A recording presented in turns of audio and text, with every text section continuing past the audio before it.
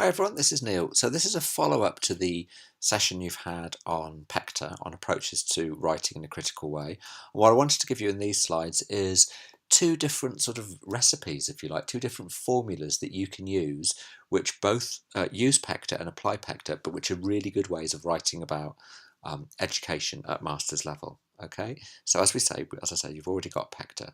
And when these essays come in, the key thing that you're having to show us is that you're well informed and that you're thoughtful, okay?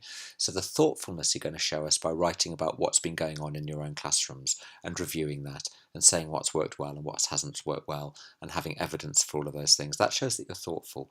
The well informed, that's going to come from the things that you've learnt on the PG Cert course and the things that you've been reading, because we need to know that as teachers, the decisions you're making and the approaches you're taking don't just come purely from your own instincts, even though you will have great instincts and your instincts as a teacher are really important, but by themselves they're not enough. We need to know that the decisions you've been making, the approaches you've been taking in your teaching come from somewhere and come from good ideas and solid ideas that are based on evidence, and that's what you're encountering on the PG Cert. So this means in your writing we need to see you link up the things you've been reading and the ideas you've been discussing in class with reflections on your own experience. And so what I'm going to give you are two different formulas, almost two different recipes, which enable you to link up your reading and your experience.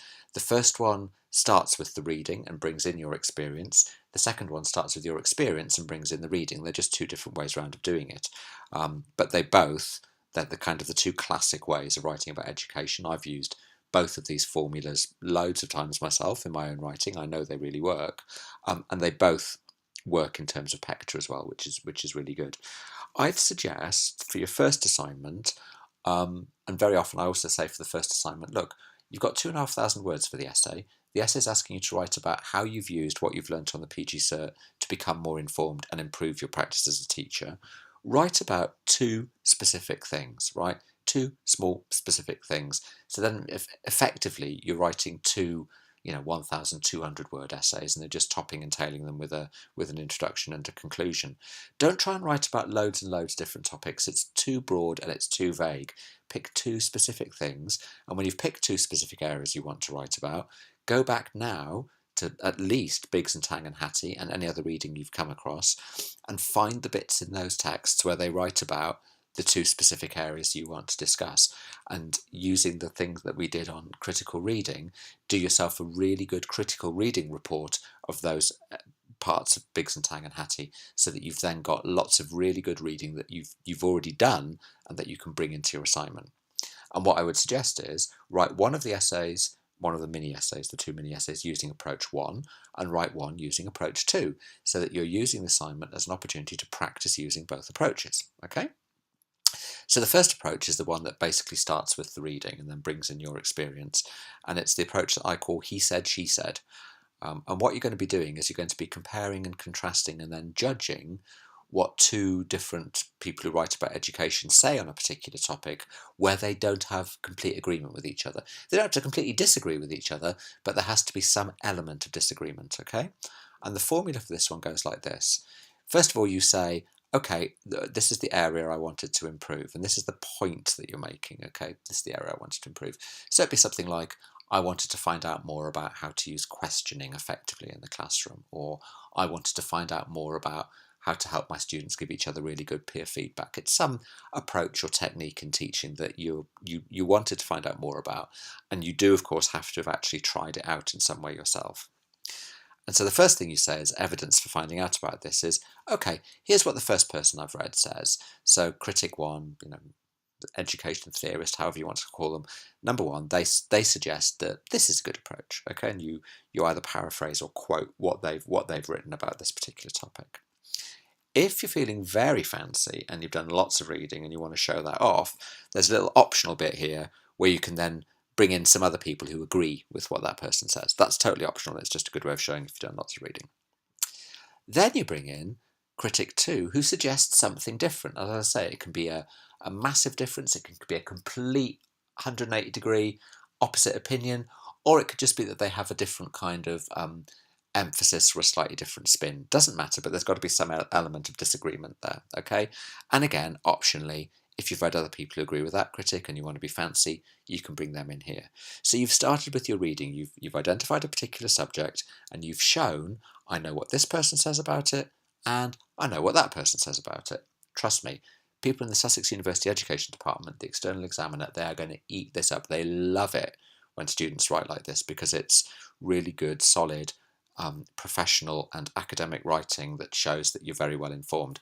As I say, if you feel you haven't done enough reading up to this point that you know this stuff, don't panic. You can be strategic at this point, identify your topics, and then just go and find the specific reading on that topic. It won't take hours, I promise. Now what you do is you bring in your critical thinking. You've got your point, I'm writing about this subject. You've got some evidence that you know about it. Critic 1 says this, critic 2 says that. Now we need your critical thinking. And the critical thinking is where you're now going to relate their ideas to your own experience and say, well, on balance, in the light of my opinion, in my experience, my opinion is, or I think that critic 1 is more correct, or I think that critic 2 is more correct, or I think they're both not quite correct, and I think this is right. And then you explain why by relating it to your own experience. And what you're doing here is you're not trying to come up with some new universal overarching theory of whatever the topic was, how to ask questions effectively. You're not saying, right, I've now sussed for every single teacher in every single classroom, this is how you ask questions effectively. No. What you're saying is, for my specific students in my specific classroom, this is what I've found I've learned. And it's going to be different for different teachers in different classrooms. And so what's lovely about this is you've then taken people's overall ideas and you've related them very specifically to your own context. And that's what we're looking for. And then you relate it to the argument of the essay, because remember the essay is saying, show me what you've learned and show me how you've used it to become better informed and improve your teaching. And you say, well, this is what I've learned. You've already shown by quoting the two critics that you're better informed, that bit's already in there. But if you say, this is what I've learned, this is what I plan to do next, then your argument there is relating back to what the title of the essay is asking you to do. So that's the first formula, and that's the one which starts, as it were, with the reading. And then the second formula, the second approach, is the one that I call loop the loop, and because it's a cycle of professional reflection, and this is based more about your own practice and your own experience in the classroom, and then you bring the reading into that. So we're starting with your own experience.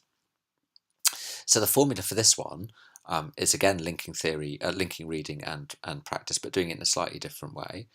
So you begin by actually saying, well, okay, I decided to adopt a particular teaching approach. So I decided to spend the first 10 minutes of every lesson getting the students reflecting on what they'd done last week, just some particular approach you've done. So there's your point. And then your evidence for why you did that will come from one or a combination of more than one place. So either because I observed someone else doing it and I thought, oh, that seems to work really well, I'm going to try that for my students. Or I was doing some teaching and I got some feedback from someone and they said, hey, why don't you try this? Or in fact, you possibly read about it. Okay, so any one of those is enough, but if you did get the idea from more than one place, then name all the different places you got the idea from. And now we just really dig into, this is your evidence with some critical thinking, we really dig into what happens. You say, this is what happened when I tried this approach in class. I would always write at this point about one specific class, so you're doing an individual case study. Don't write sort of in general about, yeah, well, normally when I do it, this is how it works out. We want one specific case study, okay? And you want to be very specific. You say, this is what happened when I tried it. Specifically, this is what worked well, and this is my evidence for saying it worked well. And specifically, this is what didn't work well, and this is my evidence for saying what didn't work well. Now, we're going to be building on this way of writing as we get into your final two assignments for the next two modules. Right now, it's perfectly fine if your evidence comes purely from your own observation and you say, this is what I noticed, this is what happened, because we totally believe, whatever you say your observations are, we totally believe that that's accurate. If you do have any other evidence that you can bring in, like you had some direct feedback from students, or there happened to be someone observing the lesson and they gave you some feedback, or you've got some evidence about, actually, do you know what, the students all did a test that week and they all got 18 out of 20, and then we got some concrete evidence that they did really well. If you have got other evidence you can bring in at this point, that's great, fantastic, bring it in, but your own observations are enough at this point, okay? Now we get into the meaty critical thinking part of your writing, which is, okay, so why do I think this happened? Half the students loved the exercise, half the students clearly hated the exercise. I can see that, the evidence for that is in front of me, but that's really interesting. Why was that? And this then is where you would need to bring your reading back in. You need to relate your reflections to your reading. It's like, oh, I didn't really know why that was, but then I went and read some Biggs and Tang and some Hattie, and they both made this point, and I thought, oh, great, that's really relevant to what happened in my classroom. Now I see why that happened. I hadn't considered giving them a proper briefing, or I hadn't considered the fact that that I should have differentiated the exercise because for some students it was too easy and some students it was too hard, and I should have split them up, or whatever the reason is. Show that your ability to reason about what happened is supported by something that you've read, and then exactly the same final move as you did on the previous approach. This is what I've learned and this is what I'll do next, because that's relating it back to the argument that you're asked to do for the assignment overall. So those are two different ways in which you can achieve PECTA by using very specific little formulas or structures that are there and that work really, really well for this genre of writing, the writing both academically and professionally about what you're doing in terms of education. Obviously, if you want to be teaching this way of writing to students in other disciplines or students at other levels or students studying different subjects, you would need to give them different formulas. The PECTA thing works for anything, but the kind of the formula of, okay, this is how you would apply PECTA to the kind of essay you've got to write, that would change, and that would need to change, and you would have to give them a new one. So I'm going to encourage you in this week's blog task to just have a go at beginning to practice using these formulas. And it's like the reading stuff. Writing effectively is a skill. You need to know how to do it. Hopefully this has given you two really clear ideas of how to structure your writing. I utterly know you can all do this, right? And you can all do it really well. All you need to do now is start practicing using it. Okay, that's it.